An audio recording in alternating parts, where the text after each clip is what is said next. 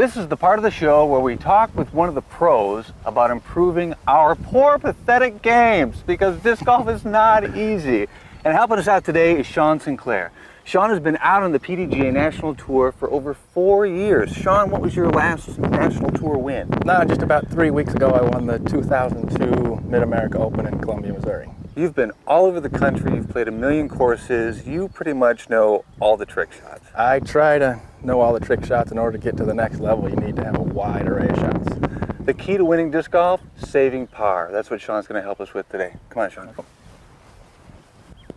Action. Okay, Shawn, here's our lie, and this is not an easy situation. First of all, describe what your options might be. Well, immediately as a right-hander, you want to think, because the natural movement of the disc is to go from right to left, that you want to look for the hyzer. However, that is completely blocked, as you can see, by the tree. So let me stop you there. A hyzer shot for a right-handed player is going to go from right to left. Exactly. So we're blocked by the big tree. Okay, please go on. And then your next option is to look at straight. You've got teeny tiny window there. You're kind of hoping for a lot of luck to get through the straight window. And your next option is to have the disc come from left to right, the anhyzer. But for a right-hander to get that disc to go that high and to stop next to the basket, you're probably reducing your chances quite a bit that way. So what's the solution? Glad you asked. I prefer to throw an overhand. There's lots of different names for the disc that's moving in that direction, but overhand because it resembles a baseball throw. You throw the ball overhand. Some people call it a tomahawk, some people call it an upside down. But in just a second, when I demonstrate, you'll see that it resembles a baseball overhand throwing motion.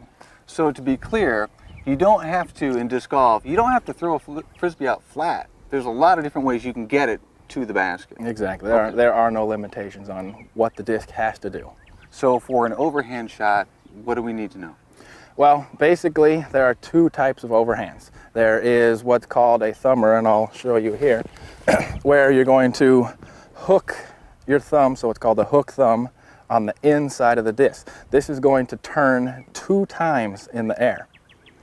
And it's going to go out left, and then it's going to turn and come back right, which is the better option for us right now because we got the left side open. The other option is to throw a 2-finger.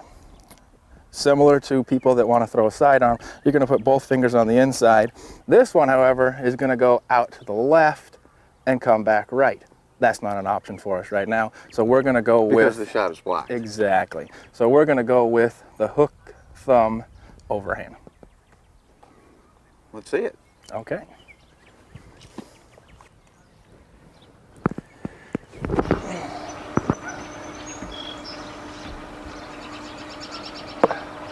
Ooh, a little long, but it was on line. Shawn, that is such a cool shot. Thank you. Now, there's a lot going on there. So other than the grip, what do people need to know? I like to go with 3 things. I call it aim, angle, and snap. Okay? What I said before is it was going to resemble a baseball overhand throw.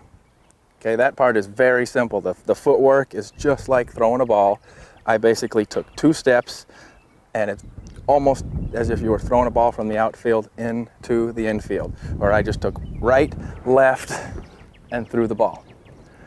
The big difference is the third component, which is the snap.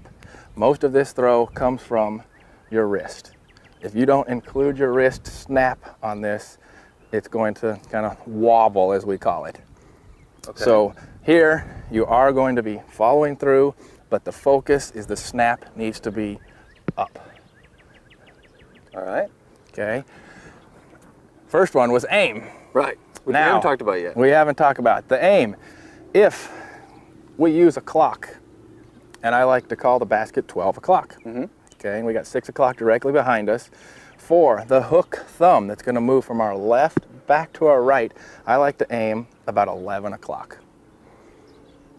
Disc will go out, and it tends to come back farther to the right than if you were aiming directly at the basket, so I adjust and go to 11 o'clock. Okay. If I'm throwing the 2-finger that goes out from the right back to the left, I'm going to aim at 1 o'clock.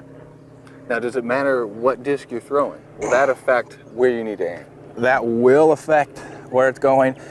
The more overstable driver you can throw, the better. A faster overstable driver is going to go farther. If we were 150 feet closer, I would choose an overstable mid-range.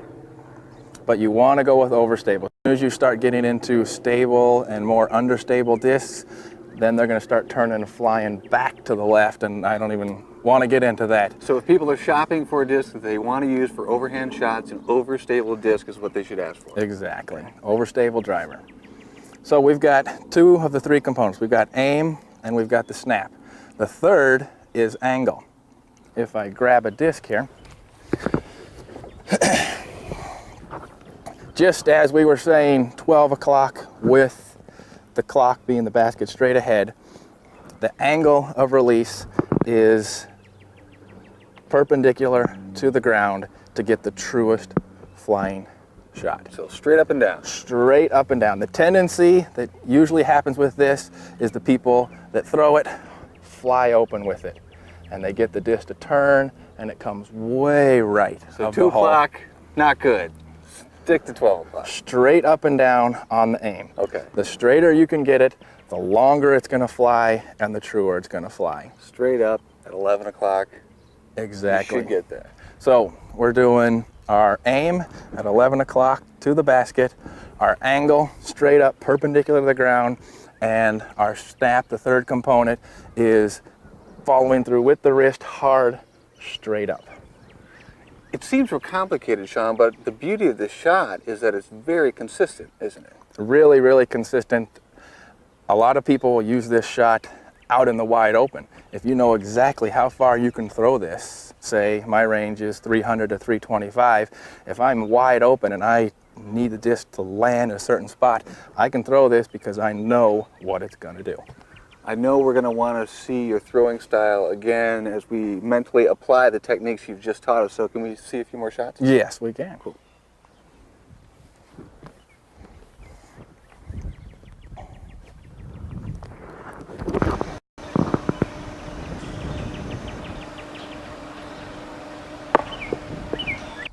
Okay, I think we got it now. If you can give us just a couple more examples of actually throwing so we can watch you. Okay, great.